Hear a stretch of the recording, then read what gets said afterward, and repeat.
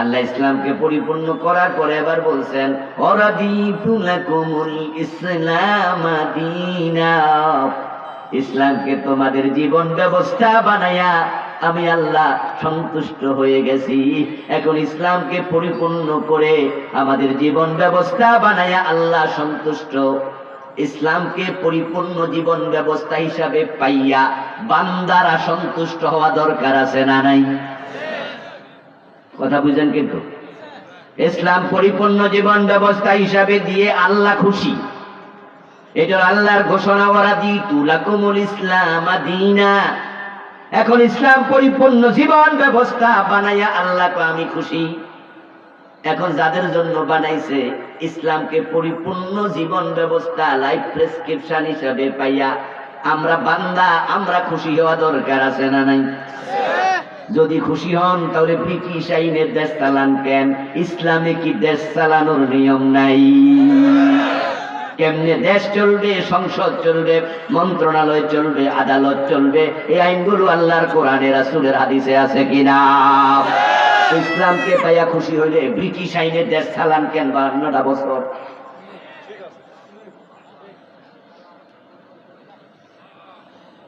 এই 52 বছরও তো কোনো হিন্দু প্রেসিডেন্ট হয় নাই, কোনো বৌদ্ধ প্রধানমন্ত্রী হয় নাই, কোনো খ্রিস্টান আইনমন্ত্রী হয় নাই, কোন ইহুদি শিক্ষামন্ত্রী হয় নাই।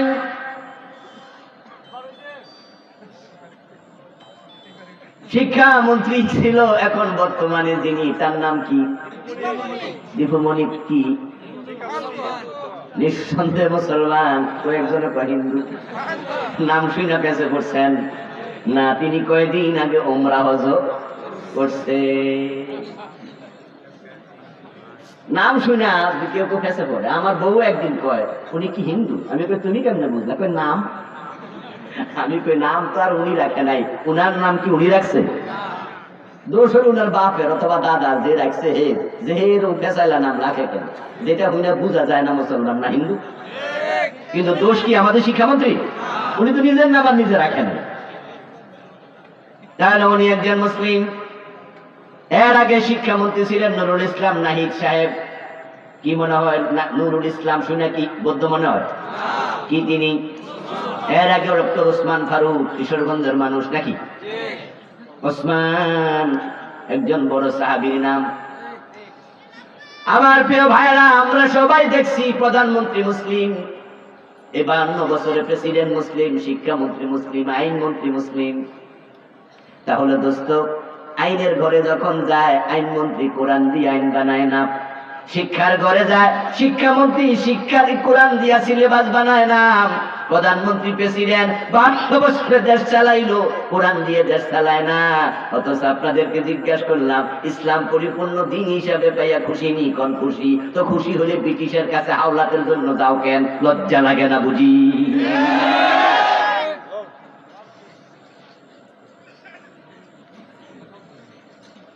ও প্রিয় ভাই, আপনাকে আমাকে আল্লাহর কাছে আত্মসমর্পণ করতে হবে। ইসলাম শব্দের মূল অর্থটাই হলো আত্মসমর্পণ করা।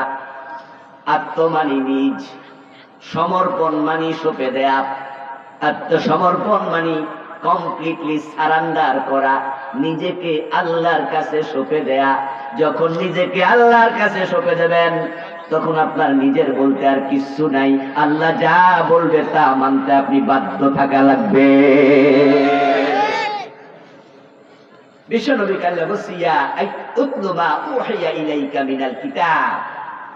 হে রাসূল, কিতাব থেকে আপনার কাছে যা পাঠানো হলো আপনি পড়ুন, আপনি বলুন, আপনি প্রচার করুন। ইয়া আইয়ুহা রাসূলু বাল্লিগ মা উনজিলা ইলাইকা মির রাব্বিকা। রবের পক্ষ থেকে যা এসেছে তা প্রচার করুন। রাসূলকেও আল্লাহ বানিয়ে নিজ থেকে কিছু প্রচার করার অধিকার দেন নাই। আর আপনি আর আমি বানাবো কেমনে নতুন নতুন? আল্লাহ প্রিয় নবীকে বলছে যা এসেছে তা প্রচার করুন। 23 বছরের নবুয়তের জিন্দেগিতে রাসূলুল্লাহ সাল্লাল্লাহু আলাইহি ওয়াসাল্লাম নিজ থেকে বানায়া দ্বীনের ব্যাপারে একটা কথা বলে নাই। আল্লাহ নিজে তো বলছেন মা ইয়ানতিকু আনিল হাওয়া ইন হুয়া ইল্লা ওয়াহয়ুন ইউহা। মোহাম্মদ হরগজ না গুফতা তা না গুফতা জিবরিল, জিবরিল হরগজ না গুফতা তা না গুফতা করদেগার রব্বুল জলিল। আমার নবী বানায় কোনো কথা বলে না, যা বলে সব আমার পাঠানো ওহী। এজন্য ইসলাম হলো এমন এক দিনের নাম যেটা ওহী কর্তৃক নিয়ন্ত্রিত। বানায়া কোনো কথা আল্লাহর নামে চালাইয়া দেয়ার কোন সুযোগ, ইসলামের নামে চালাইয়া দেয়ার কোন সুযোগ আল্লাহ নবীকেও দেন নাই। নবী যা বলেছে কোনটা ওহীয়ে মাতলু, কোনটা ওহীয়ে গায়রে মাতলু। হাদিস হলো ওহী, কুরআনও ওহী। তবে এক ওহী কোরআন নামাজে তেলাওয়াত করা হয়, তাই এটাকে মাতলু বলে। হাদিস ওহী, তবে হাদিস দিয়ে নামাজ হবে না, নামাজে তেলাওয়াত চলবে না, তাই এটার নাম ওহীয়ে গায়রে মাতলু। হাদিস নবী মুহাম্মদ বানায়া বলে নাই, হাদিসের মর্ম নাজিল করেছেন কে? এজন্য প্রিয় নবী সাল্লাল্লাহু আলাইহি সাল্লামকে কোন বিষয়ে যখন কাফেররা প্রশ্ন করত, নজরানের খ্রিস্টানরা আসতো রাসূলের কাছে, ইয়াসরাবের ইহুদিরা আসতো, মক্কার মুশরিক পণ্ডিতরা আসতো, বিভিন্ন বিষয়ে প্রিয় নবীকে আটকানোর জন্য মাঝে মাঝে প্রশ্ন করত। রাসূলুল্লাহ সাল্লাল্লাহু আলাইহি ওয়াসাল্লামকে প্রশ্ন করেছে, জান্নাতে প্রথম খাবার কি হবে? স্বামী স্ত্রী মিলন করার পরে বাচ্চা ছেলে এবং মেয়ে কেন হয়? এইটা এইটা এইটা এইটা বিভিন্ন প্রশ্ন হাদিসে পাওয়া যায়। প্রিয় নবীকে যখন কাফেররা প্রশ্ন করত, আল্লাহর হাবিব সাল্লাল্লাহু আলাইহি ওয়াসাল্লাম যে জবাবগুলো জানতেন সাথে সাথে দিয়ে দিতেন, যে জবাবগুলো তিনি জানতেন না ওইগুলো আন্দাজে মাইরা দিতেন, গোজামিল দিতেন না ওহির জন্য অপেক্ষা করতেন? রাসূল কি আন্দাজে কথা বলতেন? আমরা তো কত কথা আন্দাজে কইয়া যাই। মসজিদের মুয়াজ্জিন সাহেবের জিজ্ঞাসা করছে মসজিদের সেক্রেটারি, মুয়াজ্জিন সাহেব, হাফেজ সাহেব মানুষ সামনে এটা ঘটনা করছে, ইমাম সাহেব তো ছুটিতে গেছে, এখন আপনার কমুনি। মুয়াজ্জিন সাহেব কয়, বলেন বলেন কি কইবেন? কই যে অমুক বউ তালাক দিয়া দিছে, এখন বউ তালাক হইছিনি, আপনার কাছে জানতে চাই। মুয়াজ্জিন সাহেব মনে মনে ভাবে, যদি বলি মাসলা জানি না তাহলে তো শরম শরম লাগে।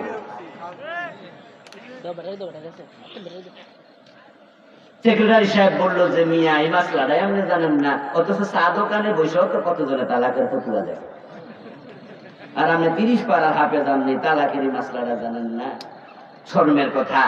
এজন্য শরমে পড়া মুয়াজ্জিন সাহেব কয়, জি সেক্রেটারি সাহেব কোন কি ঘটনা? পুরা ঘটনা শুনে এবার আস্তে করে কয়ে দিছে তালাক হয় নাই, অথবা কইছে তালাক হইয়া গেছে।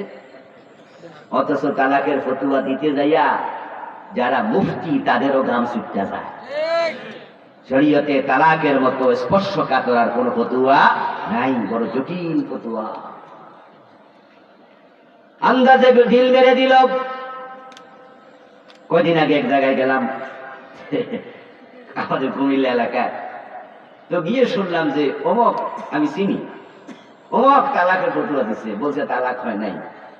এখন উনার থেকে ফতুয়া আনার পরে অন্য হুজুরের কাছে গেছে, হুজুর কইছে তালাক হইয়া গেছে। এখন তো আবার যে ফতুয়া আনছে হে পড়ছে বিপদে, যে কোন হুজুর ঠিক। দুইজনের কথা যদি মিলে যাইতো তাহলে এই ঝামেলাটা আর হতো না। এক হুজুর কইছে তালাক হয় নাই, আর এক হুজুর কইছে তালাক হয়ে গেছে। এটা নিয়ে এলাকায় দারুণ হট্টগোল হইচই চলছে, দুই হুজুর দুই রকম ফতুয়া দিছে। এখন যিনি বলছে তালাক হয়ে গেছে উনি আলেম পাস, আলেম পাস করছে। এখন দুর্ভাগ্যক্রমে উনি ফিরসা হয়ে গেছে, কারণ তার আগের যিনি পীর ছিলেন তিনি মারা গেছেন। এখন মারা গেলে তো গদি কারো না কারো দিতে হবে, তখন যে আছে হেরে দিয়ে দিছে তুই পীর। কারণ বাংলাদেশে পীর হইতে কোনো যোগ্যতা লাগে না, যেটা ফেড়ে আছে এটাও ওয়ারিশ সূত্রে পীর। যদিও ডাক্তারের ঘরে লেখাপড়া না করে কেউ ডাক্তার হয় না, ইঞ্জিনিয়ারের ছেলে লেখাপড়া না করে ইঞ্জিনিয়ার হয় না, কিন্তু পীরের ছেলে পীর হইতে কোনো লেখাপড়া লাগে না, ঠিক না? তারই কামায়। এমন পীরও বাংলাদেশে আছে কিনা? বিড়িটা নেই নাকি পীর? এখন আমি এই কথা শুনে জিহ্বা কামড় দিলাম, দিয়ে বললাম বেটা আলেম পাস, এই বেটা তালাকের ফতুয়া দিল কোন সাহস? এখন ঝামেলা হয়েছে, উনি তো পীরের গদিতে বসে। এখন জেনারেল মানুষরা তো মনে করে যেহেতু উনি পীর সাহেব অবশ্যই মাসালা জান, এটা মনে করে ওনার কাছে মাসালার জন্য গেল। ওনার উচিত ছিল, এই বাদামলা ভাই তুমি কি শ্বাস কাজে লাগাইতেছো না? বাসে সবাই চুপ করে বয়ে রয়েছে, কিছু বেচালে ডিস্টার্ব হয়, লুকায় লুকায় বেছো, আমরা যেন মাথা না দেখি। মাথা দেখলে সভাপতি সাহেব খেপছে, খবর আছে তোমার কাছে। আমার প্রিয় ভাইরা, পেশাব হুজুরের উচিত ছিল, তিনি আলেম পাশ করেছে, এখনো ছাত্র মানুষ, বুড়া মানুষ না কিন্তু এখনো ছাত্র, সে অল্প বয়সে পীর হয়েছে। উনার উচিত ছিল এ বাসারা যখন উনার কাছে জানতে গেছে, উনি বিনয়ের সাথে বলে দেয়া যে আমি তো এখনো টাইটেল পাসও করি নাই, আর টাইটেল পাস করলেই তো সবাই তালাকের ফতুয়া দিতে পারে না, এটা তো হলো যারা ইফতা নিয়ে লেখাপড়া করে মুফতি সাহেবদের কাজ, ভাই এ ফতুয়া আমি দিতে পারবো না। আচ্ছা, উনি যদি বিনয়ের সাথে বলে বিদায় করতেন, উনার গদি কি ছুটে যেত? আমাদের দারুণ সমস্যা, আমরা বুঝেও কথা বলি, না বুঝেও বলি, জানলেও বলি, না জানলেও বলি। অথচ আল্লাহর বক্তব্য ওয়ালা তাখফু মা লাইসা লাকা বিহি ইলম, কোরআনের মাঝে আল্লাহ বলেছেন যে বিষয়ে তোমার ইলম নাই ওই বিষয়ে তুমি কথা বলতে যেও না, যে বিষয়ে তুমি জানো না সে বিষয়ে নির্ভর করো না, কথা বলো না। জানি না এই শব্দের মাঝে লজ্জা, কোনো লজ্জা নাই। আপনি বলতে পারেন আমি জানি না, আমি তো সর্বজান্তা নই, সব বিষয় আমার জানার কথাও না, কিন্তু আমরা লজ্জায় পড়ে বলে দেই। যদি আপনি ভুল ফতুয়া দেন, এই ভুল ফতুয়া যারা আমল করবে তারা যেমন গুনাহগার হবে, তাদের গুনার একটা অংশ মুফতি সাহেবের কান্দেও যাবে। আমার রাসূল সাল্লাল্লাহু আলাইহি ওয়াসাল্লাম না জেনে কখনো কোনো কথা বলতেন না, অথচ তিনি সাহেবুল ওহী, আল্লাহর নবী। এমন অসংখ্য ঘটনা আছে, রাসূল বলছে আগামীকাল আসিও, রাসূল বলেছে পরে আসিও, এখন জানি না, পরে আসিও, যাও আগামীকাল, আগামী পরশু অমুক দিন। এই মাথা বলা না, হাত বানার এই ভাইয়েরা, আপনারা বাদাম কেনা বন্ধ করেছেন, তারা কথা শুনেনি। ওকে, আপনারা কেউ কিনবেন না, ডিস্টার্ব হচ্ছে। আমার প্রিয় ভাই, বলছিলাম সাহেবুল ওহী, যার কাছে ওহী আসে তিনি আন্দাজে কথা বলে না, কারণ তিনি জানেন আন্দাজে কথা বলে ধরার জন্য একজন আসে না নাই, তিনি কে? আমার আল্লাহ কি বলে শুনুন, কুরআন মাজিদে আছে ওয়ালাউ তাকাওয়ালা আলাইনা বা'দাল আকাবির লাআখাযনা মিনহু বিল ইয়ামিনি সুম্মা লাকাতানা মিনহুল ওয়াতিন। আওয়াজ দিয়ে বলেন সুবহানাল্লাহ। আল্লাহ বলে আমার নবী মুহাম্মদ সাল্লাল্লাহু আলাইহি ওয়াসাল্লাম যদি বানায়া কোনো কথা দ্বীনের নামে চালায়া দিত, নিজে বানায়া আল্লাহ নাযিল করেছে এটা বলে দিত, আমি আমার ডান হাত দিয়া আমার নবীকে চেপে ধরতাম এবং তার কণ্ঠনালীটা আমি কেটে নিয়ে যেতাম। কোরআনের আয়াত, কত শক্ত শব্দ, কত শক্ত। ওয়া হুয়া আলা কুল্লি শাইইন কাদির, সবার উপর আল্লাহর ক্ষমতা আছে না নাই? তিনি সিরিয়াস কিছু বিষয়। সব জায়গায় আল্লাহকে গাফুর মনে করবেন না, সব জায়গায় আল্লাহকে রহমান মনে করবেন না। কিছু কিছু আল্লাহ জায়গা আছে যেখানে কাহ্হার, যেখানে জব্বার। আল্লাহ রহমান, আল্লাহ রহিম, আল্লাহ গাফুর নিঃসন্দেহে সত্য, কিন্তু হাসরের দিন আল্লাহ যখন প্রকাশিত হবেন সেদিন আল্লাহর সূরত হবে, আল্লাহর নাম হবে লিল্লাহিল ওয়াহিদিল কাহ্হার। সিরিয়াস। যদি আমার নবী ওয়ালাউ তাকাব্বাল আলাইনা বা'দাল আকাবির, কোন কথা আমার উপর চাপাই দিত, আমার নামে চালাইয়া দিত, লাখাযনা মিনহু বিল ইয়ামিন, ডান হাত দিয়ে ধরতাম। আল্লাহ কি বাম হাত আছে নাকি? না, আল্লাহর কোন বাম হাত নেই। প্রিয় নবীজি বলেছেন আল্লাহ দুইটা হাতই ডান হাত। তাহলে এখানে ডান শব্দটা বললেন, বাম হাত তো নাই। ডান বলার অর্থ হচ্ছে আমরা যখন শক্ত করে কিছু ধরি তখন আমরা কি বাম হাতে ধরি না ডান হাতে ধরি? আল্লাহ বুঝাইলেন যে আমি শক্ত করে ধরতাম, শুধু ধরতাম না,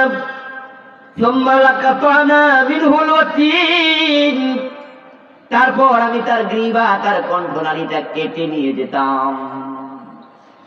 এর মানে হলো আমার নবী বানাইয়া কোনো কথা বলে না, বলার কোন অধিকার আমি তাকে দেই নাই।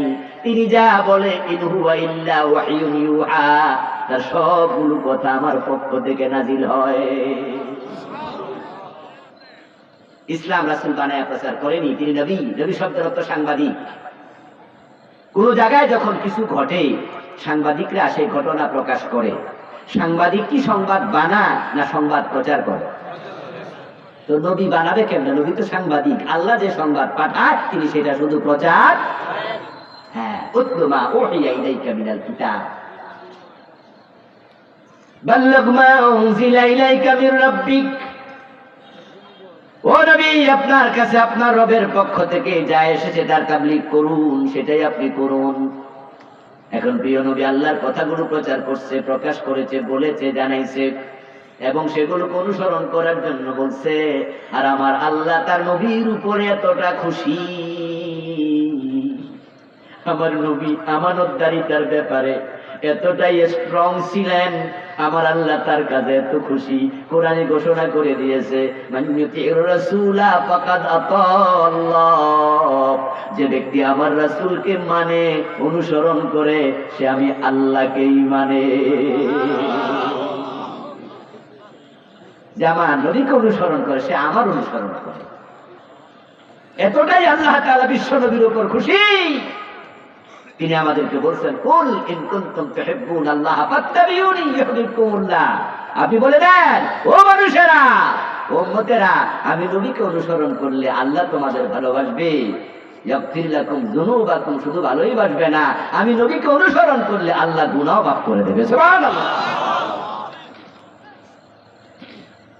নবীজির উপর আল্লাহ এত খুশি হওয়ার কারণ, প্রিয় নবী আল্লাহর কথার বাহিরে চলতেন না, বানায়া কথা বলতেন না। এখন আপনারা নতুন করে মিলাদে কিয়াম বানাইলেন, আপনারা নতুন করে ঈদে মিলাদুন নবী বানালেন। এখন আমরা কথা বললে আপনারা রাগ করেন। এজন্যই তো আমরা বলি, প্রিয় ভাইরা, সুন্নাহর বাহিরে যাওয়ার কোনো অধিকার আমাদের নেই। তাহলে এখন ইল্লাল্লাহ জিকির যে বানাইলেন সেটার কি হবে? এতক্ষণ পর্যন্ত হুজুর ঠিক ছিল, ঈদে মিলাদুন নবী আমরা মানি না, তা আপনার কথার সাথে আমাদের কথা মিলেছে। রাসূল যেটা করে নাই, সাহাবারা করে নাই, আমরাও করব না। মিলাদের মাঝে কিয়াম, এতক্ষণ আপনার সাথে আমরা ঠিক ছিলাম, একমত, কারণ আমরা এটা করি না, রাসূল সাহাবীদেরকে শিখায় নাই এভাবে মিলাদে কিয়াম করো, আমরাও করি না। কিন্তু ইল্লাল্লাহ জিকিরটা তো আমরা করি। এখন তো হুজুর আমরার উপরে লাগছে, এখন কি হবে? এখন হবে যুক্তি। ইল্লাহর ইস্তিসনা, এবার মুস্তাসনা মিনহু খুঁজবে, মুস্তাসনা খুঁজবে, ইল্লাল ইসকির হাদিস খুঁজবে। কেমনে ধাক্কায়া মাক্কায়া টাইনা মাইনা জায়েজ করা যায়, এবার কৌশল শুরু। অথচ এতক্ষণ বলছে আমার রাসূল যেটা করে নাই, সাহাবারা যেটা করে নাই, সেটা আমরা করব না। আমি আপনাদেরকে বলবো, যুক্তি দিয়ে ইবাদত হবে না, নাহু শরফ দিয়ে ইবাদত বানানো যাবে না। ইবাদতে হাদিস থাকা লাগবে, কোরআনের দলিল থাকা লাগবে। আমার রাসূলুল্লাহ জিকির করেন নাই, কোন সাহাবী একদিনের জন্য করেন নাই, সুতরাং এটা করলে এটাও ইবাদত হবে না।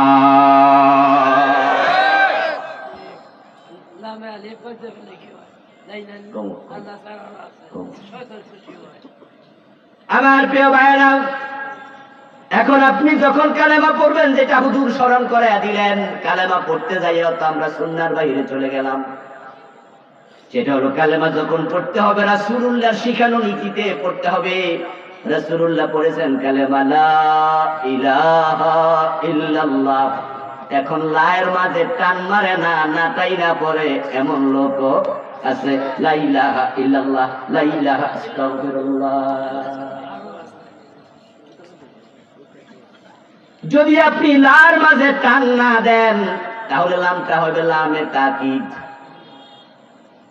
আর যদি লার মাঝে টান দেন, তখন হবে এটা নফির লাম লায় নফি জিন্স, দুটা ভিন্ন জিনিস। অর্থের মাঝে পরিবর্তন হয়ে যাবে আকাশ পাতাল।